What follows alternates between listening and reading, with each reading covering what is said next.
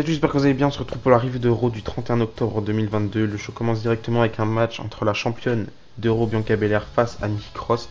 Et finalement, je parlais un petit peu trop vite. Je pensais qu'on avait un nouveau personnage de Nikki Cross, mais au final, je crois qu'elle revient avec son ancien personnage. En plus, elle est revenue avec un theme song, on dirait un petit remix du theme song de Sanity à l'époque. Donc voilà, c'était pas un match pour le titre.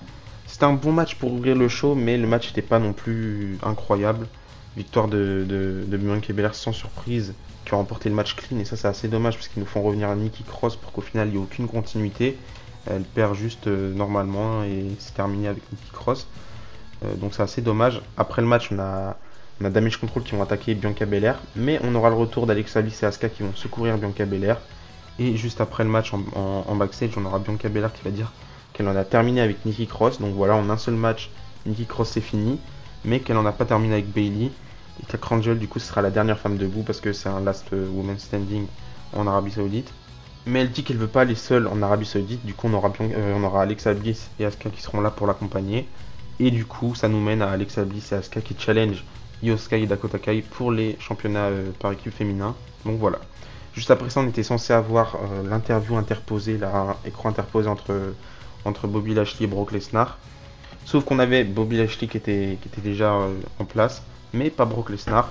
Donc on a Brock Lesnar qui fait son entrée, finalement lui il veut pas parler, il s'en fout complètement, il demande à Lashley de venir directement. Donc on a Lashley qui se prépare pour arriver, il fait son entrée, Brock Lesnar il perd pas de temps, il fonce sur Lashley, grosse bagarre entre les deux. On a encore une fois quelques superstars du roster et quelques agents de sécurité et arbitres qui viennent séparer Bobby Lashley et Brock Lesnar. On a même Triple H qui débarque à un moment donné pour demander d'arrêter tout ça, sinon ça va mal se passer. Mais au final, ça repart en bagarre et finalement, ils arrivent à les séparer. Mais c'était assez intense et assez spécial et je trouve que c'est très bien pour hyper ce match-là. Directement après ça, on a eu un match en simple entre Austin Theory et Mr. Money in the Bank face au champion des États-Unis, Seth Rollins, aucun titre en jeu. Le match, je crois que c'était le meilleur match de la soirée. Le match était vraiment fluide. Il y a une bonne alchimie entre Seth Rollins et Austin Theory. D'ailleurs, Seth Rollins qui a changé un peu de look. Il revient avec cette petite teinture blonde, sauf que cette fois-ci, c'est des deux côtés de ses cheveux et pas seulement d'un seul côté. En tout cas, ça fait plaisir. Je trouve que le match était très très bien. Plusieurs contres, plusieurs spots assez intéressants pendant ce match-là, durant ce match-là. Mais finalement, victoire de Seth Rollins qui remporte le match avec son curb stomp. Il contre un pedigree d'Austin Theory. Austin Theory, à la fin, il voulait faire un pedigree, mais Seth Rollins a réussi à le contrer pour au final mettre son curb stomp et remporter le match. Donc, victoire de Seth Rollins. Et j'ai remarqué un truc un peu spécial pendant ce match-là, c'est que on dirait que la WWE a essayé de tenter un truc pendant ce match-là, parce que Seth Rollins était un petit peu mis en face durant ce match-là, et je pense que la WWE a voulu tester un truc, tenter pour voir la réaction des fans si un jour il ferait un face turn de Seth Rollins et voir si ça fonctionnerait ou pas, parce que vraiment il interagissait avec les fans, il tapait dans la main des fans, c'était assez intéressant. Et moi personnellement je suis totalement pour un face turn de Seth Rollins, vu comment il a acclamé en ce moment, je trouve que ce serait parfait de lui faire un face turn. Peut-être pas tout de suite parce qu'il est en feud avec Mustafa Ali. D'ailleurs je sais même pas s'il y a déjà eu un match annoncé entre les deux. Mais peut-être pas tout de suite, mais je suis sûr qu'à un moment donné un face turn de Seth Rollins serait mieux. Moi j'ai un petit problème avec le personnage de Seth Rollins, je trouve que c'est très très divertissant, j'aime beaucoup son personnage, j'aime beaucoup sa gimmick. Mais je trouve que c'est pas assez sérieux et c'est pas le Seth Rollins que j'ai aimé durant toute sa carrière de la Ring of Honor à la WWE. C'est pas le Seth Rollins sérieux, le grand catcheur que j'aime.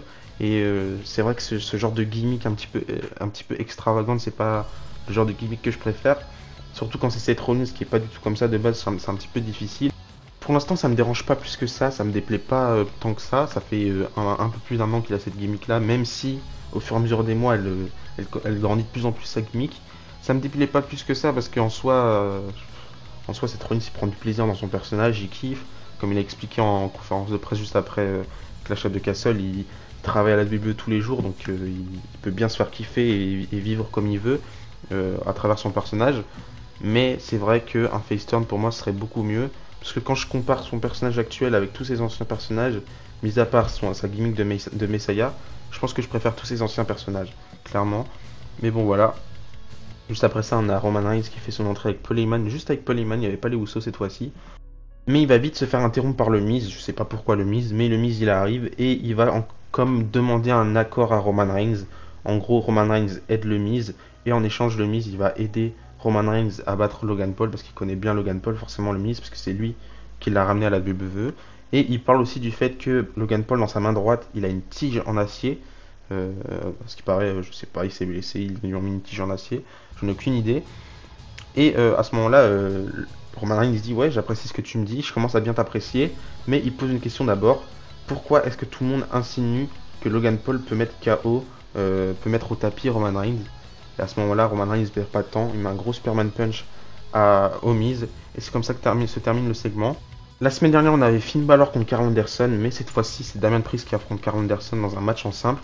Le match, il n'a pas duré très très longtemps, il a duré entre 5 et 6 minutes, pas plus. Peut-être un petit peu plus, mais il n'était pas très très long dans tous les cas. Victoire de Karl Anderson avec un backslide. Il rive les épaules Damian Priest au sol pour remporter le match. La semaine dernière, c'était Finn Balor qui avait remporté le match. Cette fois-ci, c'est Karl Anderson.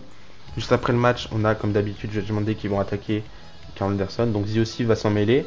Ils vont aussi essayer d'attaquer Judgment Day. Mais Judgment Day vont prendre le dessus.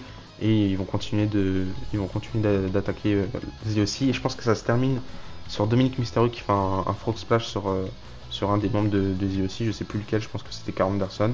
Enfin bref. Et pour l'instant, on n'a aucune trace de la fille qui devrait rejoindre ZOC.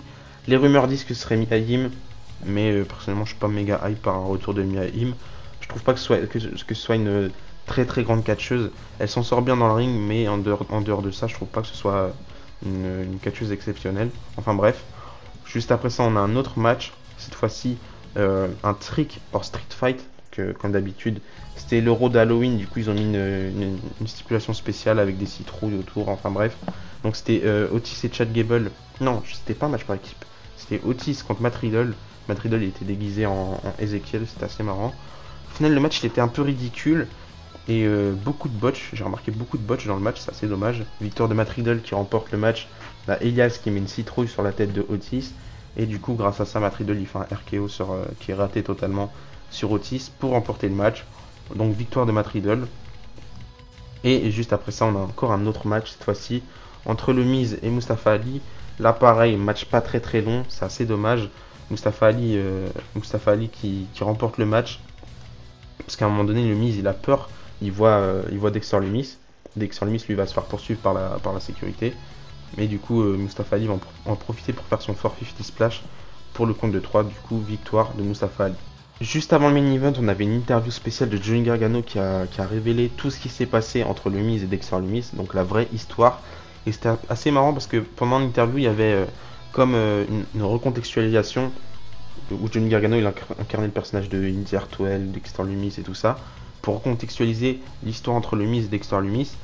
Donc on a Johnny Gargano qui explique qu'au départ, Dexter Lumis il commençait à devenir pauvre et il était à la recherche d'argent quand il s'est fait virer et quand il avait perdu son job du coup.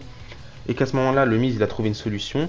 Comme le Miz il aime être une star, il aime être sur le devant de la scène, il s'est arrangé avec Dexter Lumis pour le payer et qu'en gros ils organisent ses attaques, toutes les attaques qu'on a vues depuis le début de Dexter Lumis, enfin le retour de Dexter Lumis. Et du coup Baron Saxon qui posait plusieurs questions à Johnny Gargano pendant cette interview, il demande à Johnny Gargano mais pourquoi alors comment t'expliques ce qui s'est passé lors du Steel Cage match pour le titre des États-Unis face à Bobby Lashley, pourquoi il a fait exprès d'attaquer du coup le Miz pour perdre le match de championnat, ça fait pas de sens. Normalement quand tu as un match de championnat tu veux le gagner à tout prix. Et là Johnny Gargano explique que il était sûr que le Miz il allait pas remporter le match face à Bobby Lashley. Alors au lieu de perdre un match clean, il a organisé 7 défaites face à Dexter Lumis pour qu'en gros il perde le match, mais d'une manière en gros il perd le match parce qu'il s'est fait attaquer et pas d'une manière clean. Sauf qu'à un moment donné, le Miz il avait plus d'argent, enfin c'est pas qu'il avait plus d'argent mais il voulait plus payer Dexter Lumis. Donc à ce moment-là, il a attaqué de lui-même Dexter Lumis et là maintenant il a de vrais problèmes avec Dexter Lumis. Donc voilà, c'est assez bizarre comme explication. Ça enlève un petit peu tout le contexte qu'on avait depuis le départ et tout ce qu'on se disait que c'était génial. Ça continue d'être génial parce qu'en vrai c'est une belle histoire. Les gens trouvent que c'est pas une bonne manière de mettre en avant Johnny Gargano, que c'est pas très très ouf et que c'est assez dommage. Moi pour l'instant j'attends de voir, ça me déplaît pas plus que ça, mais bon voilà. Et enfin, on passe au main event, match pour les titres par équipe féminin entre Alexa Bliss et Asuka qui challenge du coup Dakota Kai et Io Sky, les championnes par équipe. Le match était bien, je trouve que le match était assez bien. On avait une bonne petite séquence entre Asuka et Io Sky. J'ai tellement hâte de voir qu'on aura une rivalité entre les deux. En solo, ce serait génial. Pendant le match, on a Bayley et Bianca Belair qui vont s'attaquer parce qu'elles étaient toutes les deux en ringside. Et à un moment donné, on aura Bayley qui va faire un Bayley to Bayley, sur Bianca Belair. Et ils étaient posés sur un truc spécial dans la foule, enfin bref. Et c'est ce qui va permettre à Alexa Bliss et Asuka de remporter le match. Donc assez surprenant. Alexa Bliss et Asuka qui deviennent les nouvelles championnes par équipe féminine. C'est assez dommage en vrai pour Damage Control, parce qu'elles n'ont pas eu un règne incroyable. Je crois que le règne il était de 49 jours et c'est pas très très long. C'est assez dommage, mais j'ai qu'une seule explication par rapport à ça. Moi je pense que s'ils ont fait ça, c'est sûrement parce qu'à Wargames, on aura sûrement un Wargames entre la team de Bianca Belair et la team de Bayley. Et ce sera sûrement un winner take all. Donc à ce moment-là, s'ils font pas gagner dans le winner take all Damage Control, j'aurais aucune explication à ça. C'est assez flou et assez dommage. Mais victoire d'Alexa Bliss et Asuka qui deviennent les nouvelles championnes par équipe. Et il me semble aussi qu'on nous a annoncé qu'elles vont défendre leur titre par équipe face à du coup Io Sky et Dakota Kai, mais en Arabie Saoudite du coup le 5 novembre. Donc voilà, c'est comme ça que se termine l'Euro. Je trouve que l'Euro était bien mieux que la semaine dernière, parce que l'épisode de la semaine dernière était vraiment pas ouf.